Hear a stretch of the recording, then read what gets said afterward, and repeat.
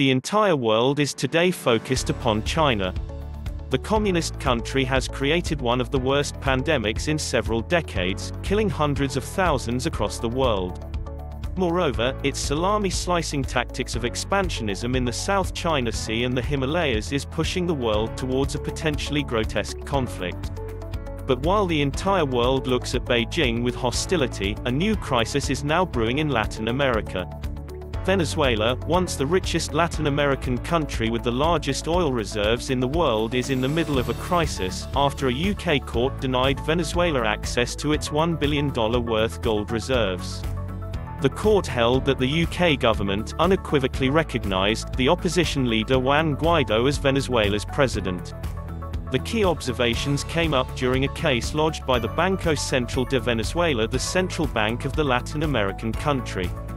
The Maduro regime in Venezuela wanted to access its gold reserves in England amidst the ongoing pandemic.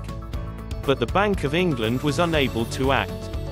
It stated that it was caught in the middle of competing claims for presidency after the disputed and inconclusive elections in the country in 2018.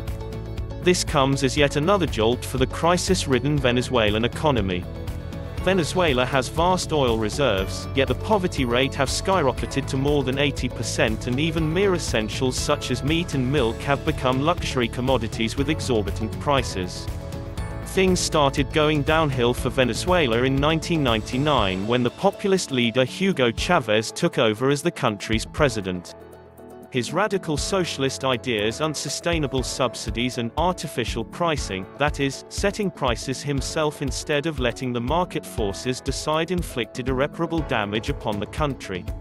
Resurgent oil prices in the late 90s enabled the government to spend freely on subsidies for its citizens without much thought, as it seemed that the demand for oil wasn't going to dwindle anytime soon. However, his actions threw local industries and even farmers out of business. Venezuela had to start importing food grains. Initially, the prices remained low, financed by the booming oil industry. But the socialist edifice and abhorrence to foreign investment has destroyed the oil exploration industry too. The global crash in oil prices devastated the economy. The incumbent President Maduro hasn't tried to rectify the errors committed by his predecessors. The populist leader is, in fact, trying to replicate the policies of Chavez. When it comes to hunger, he has an awkward solution. He came up with Plan Conejo, or Plan Rabbit, to end hunger. In his view, rabbits would be an excellent source of protein for the large number of people who don't have regular access to chicken. Hungry Venezuelan children are literally forced to eat rabbits. As it happens with every radical socialist system, an economic crisis ultimately turns into a political stalemate and anarchy. In 2018, the presidential elections in the country were boycotted and remained inconclusive.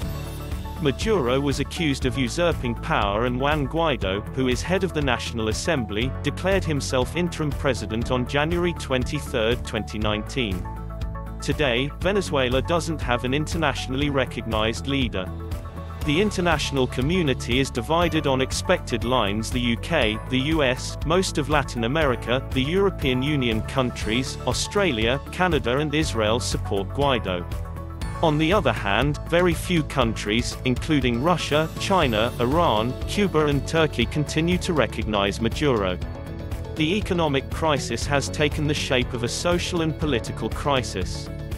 Maduro faces popular protests, but he is not ready to give in and uses brute force to contain such demonstrations. Last year, a video had surfaced in which armored National Guard vehicles could be seen mowing down protesters in the streets of Caracas. Anarchy is an old issue with Venezuela now. Police personnel and military troops are deployed in containing popular protests against Maduro.